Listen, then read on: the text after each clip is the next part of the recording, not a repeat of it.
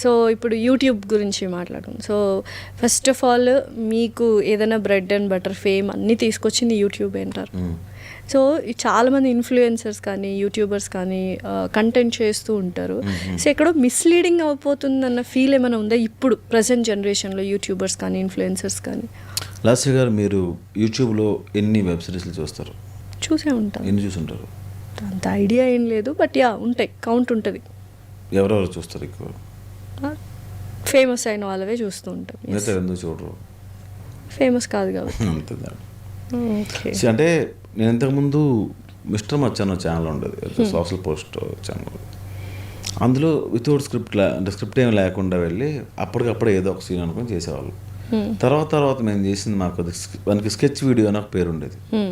కాలక్రమేణా ఇంకా యూట్యూబ్ వద్దు, సినిమాలు చేద్దాం అనుకున్నప్పుడు మనం వేరే వ్యక్తిని పెట్టుకొని స్టార్ట్ చేసాం.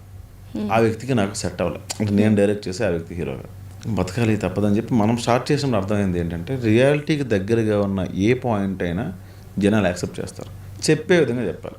ఓకే. ఇప్పుడు నేను చేసిన వాటిలో పెళ్లివారమండి ఉంది. పెళ్లివారమండి రియాలిటీకి చాలా దూరమైన విషయం. వీడు పెళ్లి చేసుకుందాం అనుకుంటే అమ్మాయి లేచిపోతా, ప్రతిసారి లేచిపోతూ ఉంటుంది.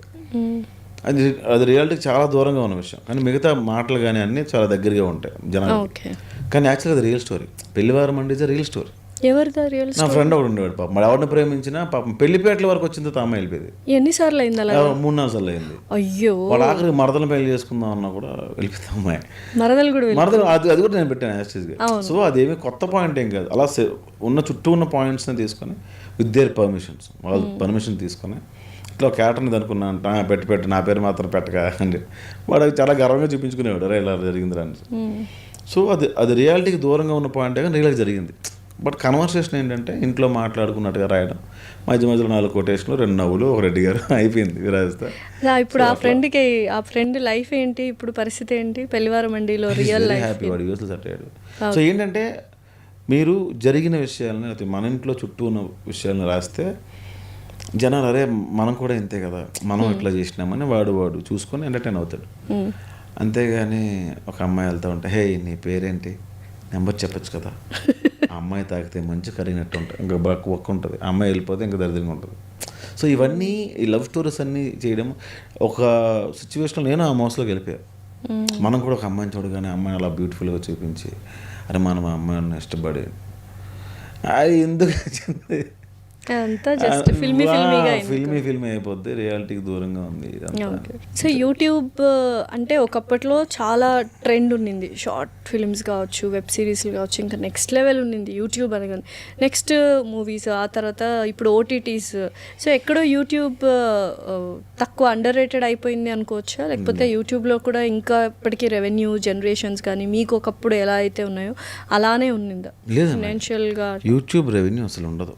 అంటే యూట్యూబ్ రెవెన్యూ మీకు 1 మిలియన్ వచ్చింది అనుకోండి, 60,000 వస్తుందండి. ఒక 60,000 70,000 అమౌంట్ వస్తుంది. 60,000 70,000 బ్రష్ చేయడం కూడా పనిచేయం. మీకు ఇప్పుడు ఒక ఎపిసోడ్ చేయడానికి ఒక ఎపిసోడ్ ఎంత అవుతుంది? ఎక్కువ, చాలా ఎక్కువ వద్దండి. మీరే లెక్క చెప్పండి, నేను చెప్తా. బ్రాండ్స్ అంటే నేను అడిగారు చెప్తాను సందర్భం. బ్రాండ్స్ ఎందుకు చేస్తా ఉన్నా, బ్రాండ్స్ పెడతారండి మీరు, ఎందుకు మధ్యలో ఎపిసోడ్ మధ్యలో కాబట్టి నేను ఆడియన్స్ చెప్తున్నా. ఒక 1 మిలియన్కి 60,000 వస్తుంది. మీకు తెలిసిన ఫ్రెండ్స్ ఎవరైనా కనుక్కోండి, 1 మిలియన్ వ్యూవర్షిప్ వస్తే ఎంత వచ్చిందిరా అని. 60,000-70,000 ఉన్నాయి. కెమెరా 8,000 ఉన్నాయి, లైట్లు 2,000 ఉన్నాయి, రెంట్ ఆడ 10,000 అండి, కెమెరామెన్కి 5,000 అండి, కెమెరా అసిస్టెంట్ 1,000 రూపాయలు ఉంది, ఆడ 16,000 అయిందండి.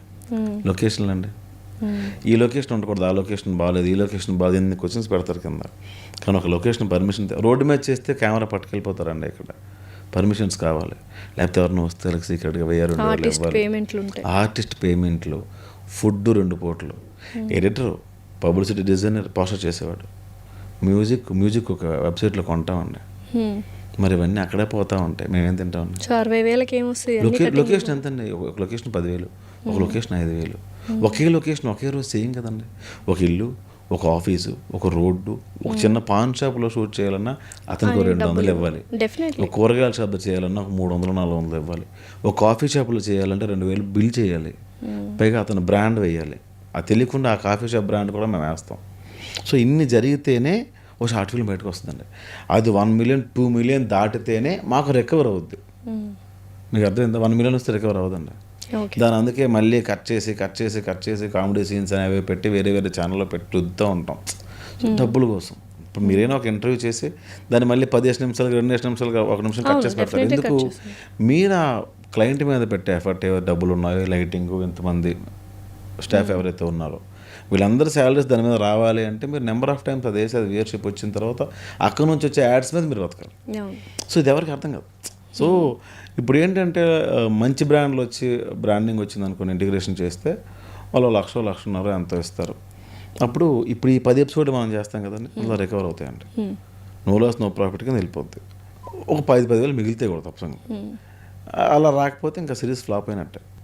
అట్లా చాలా ఇబ్బందులు ఉంటాయి. సో అంటే యూట్యూబ్ వాళ్ళు ఎవరైనా ఛానల్ ఇర్రెస్పెక్టివ్ ఆఫ్ ఇట్లా పాడ్కాస్ట్లు కానీ లేకపోతే వెబ్ సిరీస్లు పెట్టిన వాళ్ళది అంటే హై లెవెల్లో రన్ అవుతున్నాయి ఫినాన్షియల్గా అన్నది ఏం లేదు. త్రూ రెవెన్యూ కొలాబరేషన్స్ ఇవి వస్తే ఇప్పుడు మాత్రమే మీకు ఎవరు డబ్బులు వస్తాయంటే అండి, ఇప్పుడు సీరియల్స్ చేసే వాళ్ళు ఉంటారు పాపం, వాళ్ళు తక్కువ పేమెంట్లు ఉంటాయండి. వాళ్ళు వ్లాగ్స్ చేస్తారు, ఫేమ్ ఉంటాయి వాళ్ళకి, వ్లాగ్స్ చేస్తారు. 4 lakhs 5 lakhs 1 million వ్యూయర్షిప్ వస్తుంది.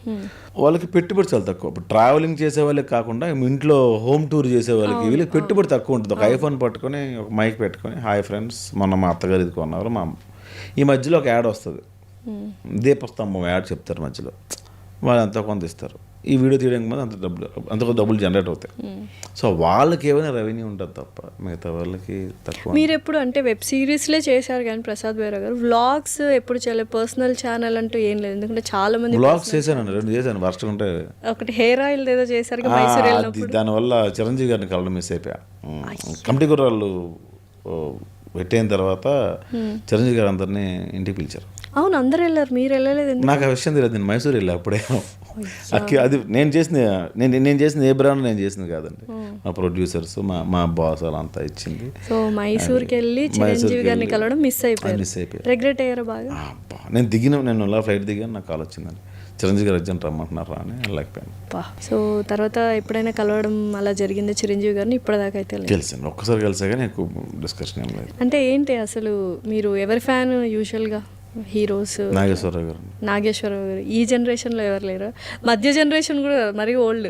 అంటే మా ఊర్లో బ్లాక్ అండ్ వైట్ సినిమాలు అవే వచ్చేవండి. తేజ న్యూస్, ఈటీవీ సినిమా అని 2 ఛానల్ ఉంటాయి, అవే వచ్చేవి. ఏ ఊరండి మీది? మాది కొత్తూరు దగ్గర గురండి అని ఒక చిన్న పల్లెటూరు. ఓకే. సో యూజువల్గా బెహరా అనగానే అందరూ ఒరిస్సా అనుకుంటుంటారు కదా, ఏంటి ఒరిస్సా ఒరిజినేటెడా మీరు లేకపోతే? తెలుగునండి నేను, తెలుగు. ఓకే, పక్క శ్రీకాకుళం దగ్గర ఒక చిన్న ప్లేస్, కొత్తూరు, శ్రీకాకుళం జిల్లా. ఓకే. మరి అంటే చాలా రిమోట్ విలేజ్ అని చెప్పొచ్చు. బాగా చిన్న ఊరు, 300 ఇల్లు ఉంటాయి అంతే, 250 300 ఉంటాయి. ఇప్పుడు ఊర్లో ఎవరు లేరండి, అందరూ హైదరాబాద్లోనే ఉంటున్నారు ఊరంతా. తాపి పనులని వలసలు వెళ్ళిపోయి అలా ఉంటాయి, కానీ అక్కడ ముసలి వాళ్ళు ఉంటారు మా ఊర్లో. ఓకే. ఎప్పుడైనా మిస్ అవుతుంటారా ఊరిని? అయ్యో, మా ఊరంటే చాలా ఇష్టం. వెళ్తూ ఉంటారా? వెళ్ళిపోతాం. ఏంటి ఓన్లీ సంక్రాంతికే వెళ్తారని కంప్లైంట్ చేస్తుంటారంట ఊర్లో వాళ్ళు? అప్పుడప్పుడు లేట్గా వెళ్తానని. ఓకే.